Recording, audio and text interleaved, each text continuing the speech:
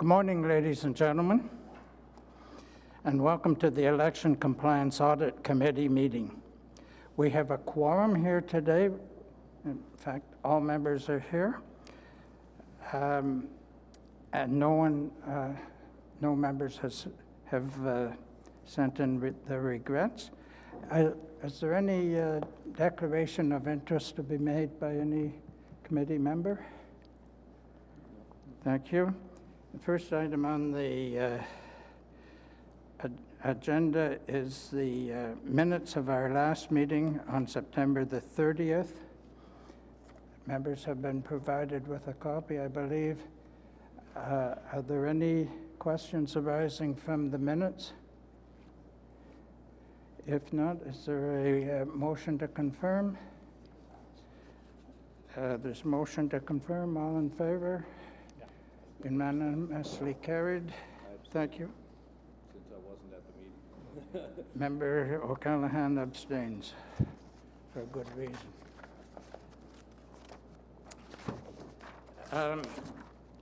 Before considering the audit report and contributor reports, I would like to make a brief statement. With respect to the first report for our consideration, the TISIC audit matter. At its May 17th meeting, this committee granted an application for a compliance audit with respect to candidate J. TISIC's election campaign finances. The committee appointed on June 24th an auditor, Kevin Vroom of BDO, for a compliance audit on the subject of the candidate's election campaign finances. The auditor has now completed its independent investigation. His report has outlined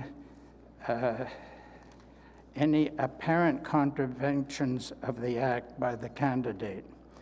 The committee is meeting today to consider the auditor's report and will, as the case may be based on the content of the auditor's report, decide whether to commence a legal proceeding against the candidate for any apparent contraventions.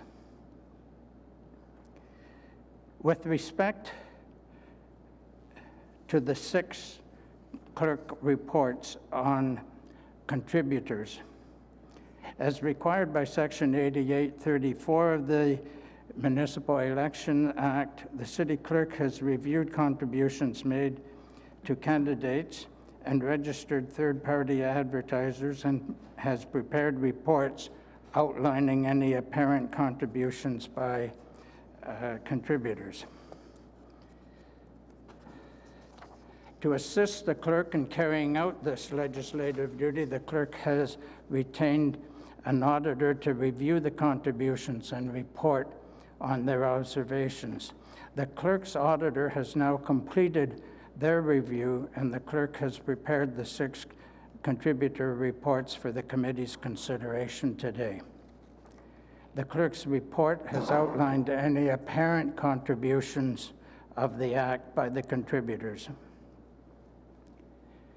The committee will consider today the 6 clerk reports and will, as the case may be, based on the content of the clerk's reports, decide whether to commence a legal proceeding against the contributors for any apparent contraventions.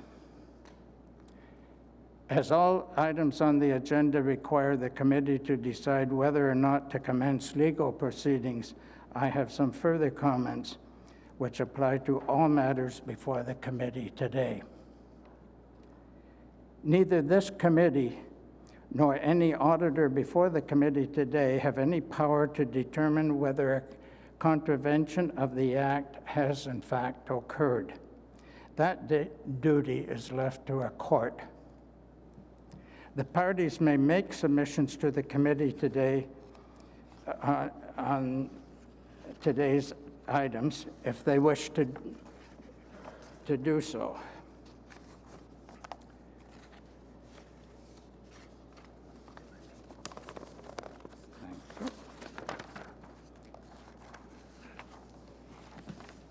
On each item, Once all speakers have spoken, committee members will have an opportunity to ask questions of city staff or the committee's legal counsel, as well as an opportunity to speak on the matter.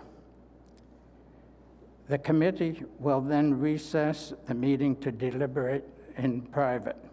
It will either reconvene to issue a decision by motion.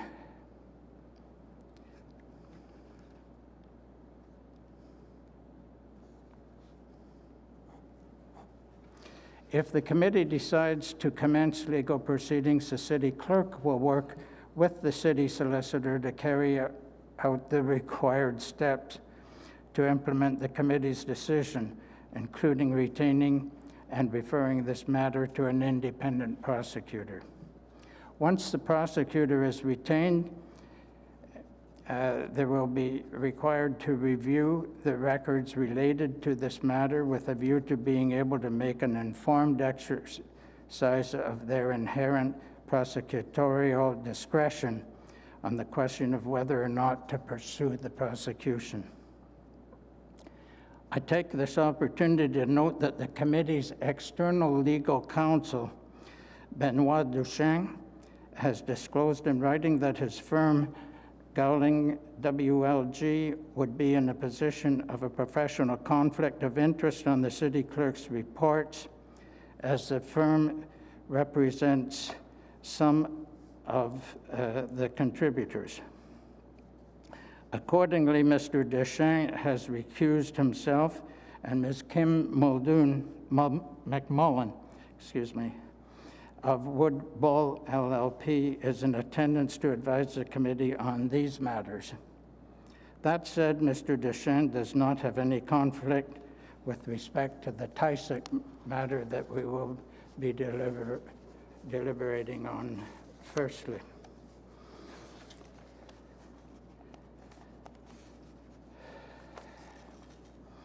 Further, Mr. Deschamps' law firm has requested that the committee provide its consent so that they may represent a contributor that is a party to one of the matters before the committee today. In consultation with Ms. Mullen, the committee has consented to this request. I trust that everyone who wishes to speak today has filled out a request to speak form available to my right at the end of the table and has submitted it to the coordinator. If anyone has not filled out a request to speak form and wishes to speak, please do so and submit it fill in the form and submit it at the front table. Now, we may begin with the first item on the agenda, the auditor's report, compliance report on the campaign finances of candidate Jay Tysick for Osgood Ward for the 2018 regular election. We currently have the following list of speakers on this item.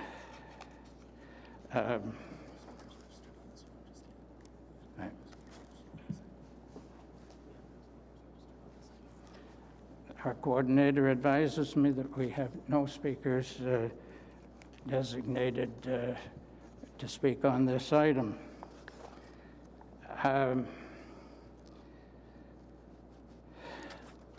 Do members have any questions of staff or the auditors on this item? Member O'Callaghan. I wonder if Mr. Vroom's here, I would like to have ask him a couple of questions, just for clarification more than anything else. Would you like to, if that's all right with you, Mr. Chair? Certainly.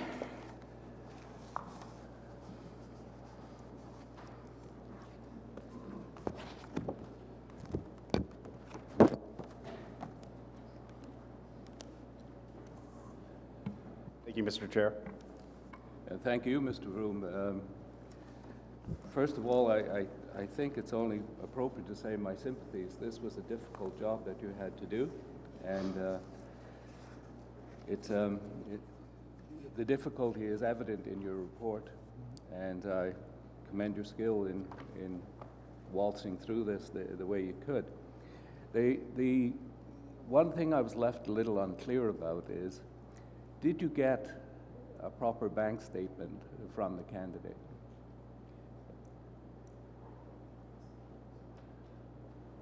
We did not receive a bank statement from the candidate. We received a bank transaction list that he had provided. That's what I suspected. Did you request a statement from the bank? We were not given the bank information by Mr. Tizik to request that. The transaction listing we had was just a listing of transactions. Would you have needed his permission to address the bank directly?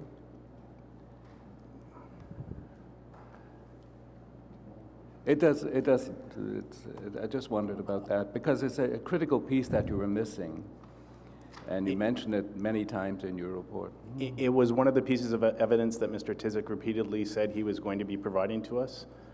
So we, in anticipation of receiving that information, we continued to wait for that last piece of document, or that as part of the last documents that he was going to be submitting to us. And it had to come to an end sometime. I noticed that you did take the step of actually issuing a summons, and that was partially successful, but not completely successful in getting the records that you requested.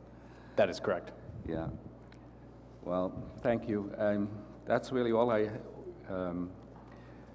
had to ask of you. Thank you. You're welcome.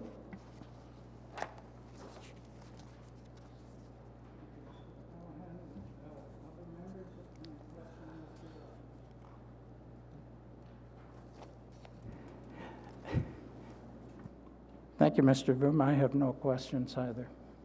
Thank you kindly. Thank you.